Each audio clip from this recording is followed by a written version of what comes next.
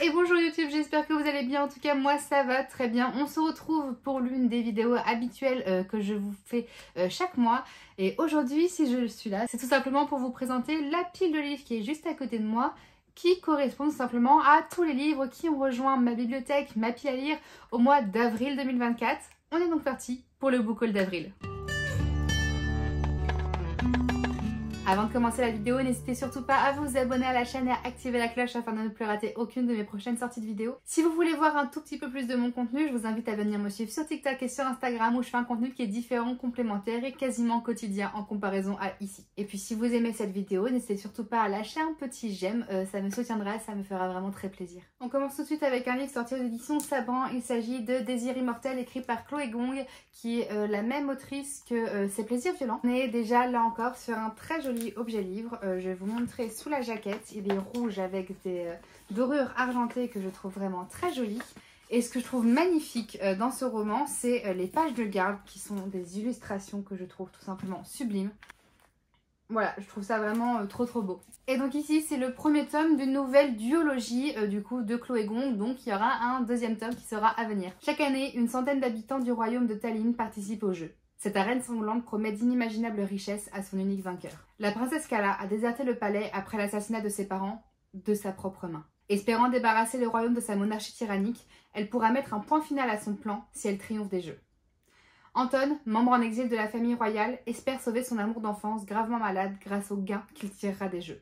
Confiant et indolent, il est certain que ses pouvoirs inégalés le guideront jusqu'à la victoire.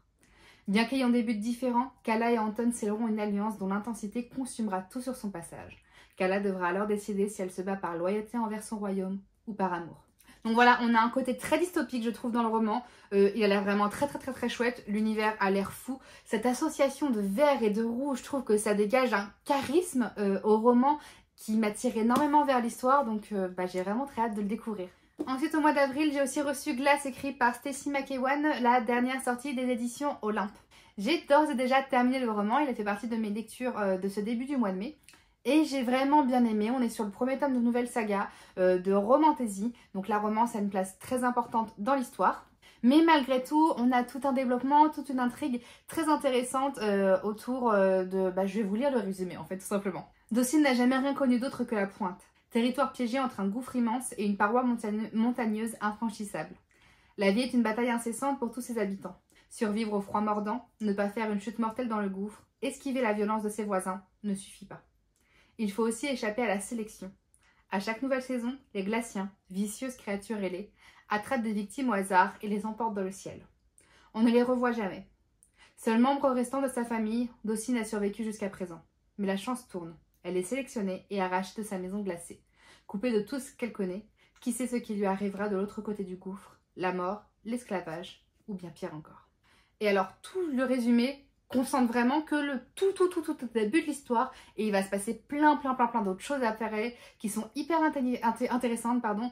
On reste sur de la fantaisie assez cliché, je vais être honnête, mais c'est pas pour autant que c'est mauvais. J'ai vraiment passé un bon moment durant cette histoire. Les personnages sont hyper efficaces, même si j'ai trouvé que vers le milieu, ça prenait beaucoup de temps à avancer, mais ça a été quand même agréable à lire. Ensuite, le roman qui, à l'heure à laquelle je tourne cette vidéo, sera ma prochaine lecture. Il s'agit de Défier la nuit, écrit par Brigitte Kemmerer, donc l'autrice d'un Sorcier noir et éternel, et publié en France aux éditions Rajo. On est sur un format broché, mais qui a un jaspage qui est vraiment très joli, il faut l'avouer, et la suite de la saga viendra créer une fresque, tout simplement, à la suite de ce jaspage-là, donc j'ai vraiment hâte de voir ce que ça va donner dans son ensemble. Une mystérieuse fièvre se répand au royaume de Kandala. Tessa, une jeune apothicaire, vole aux élites du secteur royal des pétales de fleurs de lune, seul ingrédient permettant de réaliser un remède qu'elle distribue aux plus pauvres. Le roi et son frère, le terrible prince Korik, semblent indifférents aux souffrances du peuple et multiplient les exécutions violentes, la révolte gronde. Mais quand un drame rassemble Korik et Tessa, le prince et la rebelle, qui auraient toujours dû se détester, vont devoir faire face à un choix impossible et à une étincelle inattendue. Donc on est là aussi, semble-t-il, sur une romantaisie, je pense. À voir au moment de ma lecture quelle place prendra la romance dans l'histoire, je vous dirai ça très vite lorsque je le lirai. D'ailleurs, si vous voulez suivre mes lectures au quotidien, je vous invite à venir me suivre sur TikTok où je fais des vlogs lectures qui sortent le lendemain où j'ai terminé mon livre, mais aussi sur Instagram où je fais des updates en story et où je posterai mes chroniques plus développées sur ce réseau-là. Ensuite, celui qui est ma lecture en cours, il s'agit de The Hurricane Wars, écrit par Thea Ganzon, je ne sais pas trop comment le prononcer, je vous mets son nom juste ici, qui sera la prochaine sortie des éditions Calix. Il sort le 5 juin, si je ne me trompe pas. Juste ici, j'ai les épreuves non corrigées que je suis du coup en train de lire. Je suis à peu près à 100 pages sur 500 et j'aime beaucoup. On est sur un univers de fantasy asiatique, normalement romantasy même. Donc là encore, une romance qui prend beaucoup de place. Au niveau de l'univers asiatique, alors je suis pas encore très loin dans l'histoire, mais on n'est pas sur un univers japanisant ou bien inspiré de la Chine. Pour moi, on est plutôt sur quelque chose de plus Thaïlande par rapport aux paysages qui sont décrits, etc.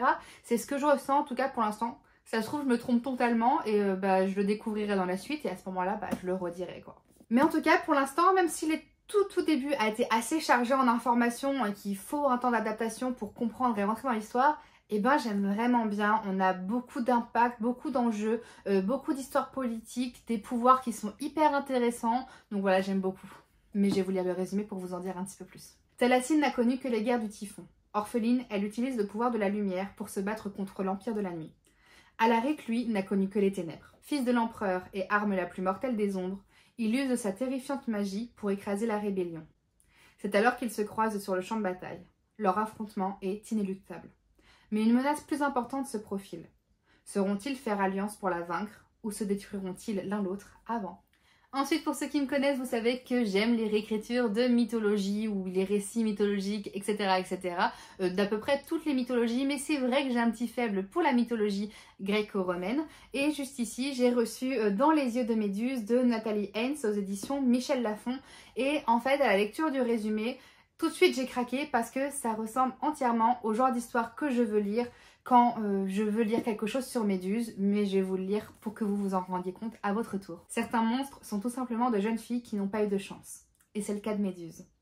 Violée par Poséidon, injustement punie par Athéna, c'est par la faute des dieux qu'elle fut changée en créature hideuse aux cheveux de serpent et au regard pétrifiant. Mais que sait-on de son cœur? Sinon le récit qu'en a rapporté Persée, le héros qui l'a décapité, pourra s'ouvrir sa soif de gloire. Et si le monstre n'était finalement pas celui que l'histoire retient?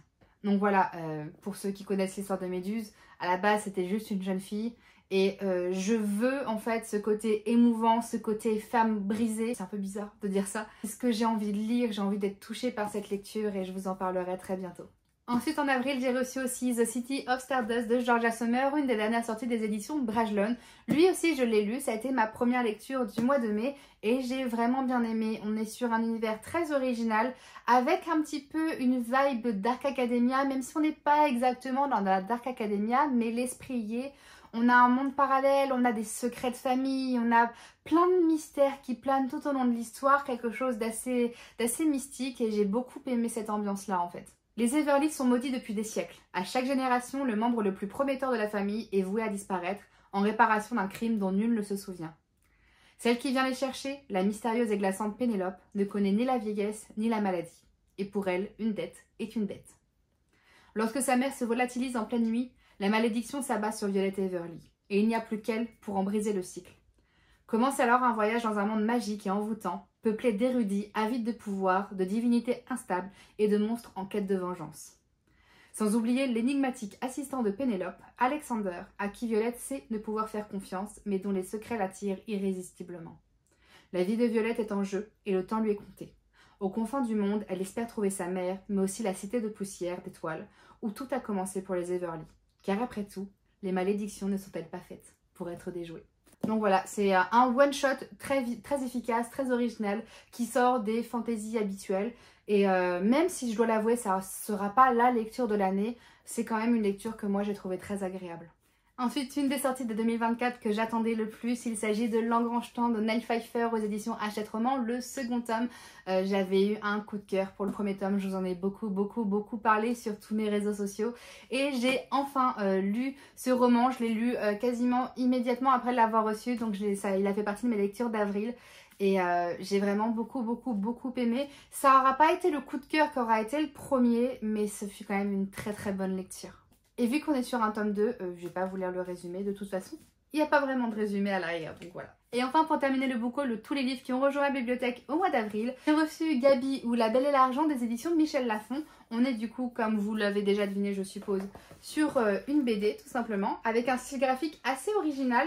C'est pas forcément le style d'illustration que moi j'aime en temps normal, ça fait un côté assez vieux jeu je trouve, mais quand on lit l'histoire, au final ça correspond parfaitement au style. On est face à une jeune femme assez vénale qui conquiert les hommes pour leur argent, pour sa propre richesse, etc. Et il y a un côté un peu vieux film des années 70 que j'aime bien avec cette illustration et ce genre. La belle Gabi a toujours mené une vie oisive et fastueuse entourée de nombreux admirateurs. Jusqu'au jour où elle découvre qu'elle est ruinée. Pour pallier ce revers de fortune, elle met en place un plan irrésistible. Donc voilà pour tous les livres qui ont rejoint ma bibliothèque durant ce mois d'avril 2024. N'hésitez surtout pas à me dire en commentaire si dans l'eau il y en a qui vous intéressent, que vous avez dans vos wishlists, qui sont dans vos pieds à lire et qui n'attendent plus que vous les lisiez. Ou peut-être même qu'il y en a que vous avez déjà lu, que vous avez aimé ou pas aimé. Toute ta vie est toujours bonne à prendre. J'adore toujours échanger avec vous sur nos différentes lectures. Si vous avez aimé cette vidéo, je vous invite à vous abonner à la chaîne et à activer la cloche afin de ne plus rater aucune de mes prochaines vidéos. Et si vous voulez découvrir un petit peu plus de mon contenu, me suivre notamment à travers toutes mes lectures de façon quasiment quotidienne, je vous invite à venir me suivre sur TikTok et sur Instagram. Sur ce, je vous remercie d'avoir regardé cette vidéo, je vous souhaite une très belle journée et de très belles lectures.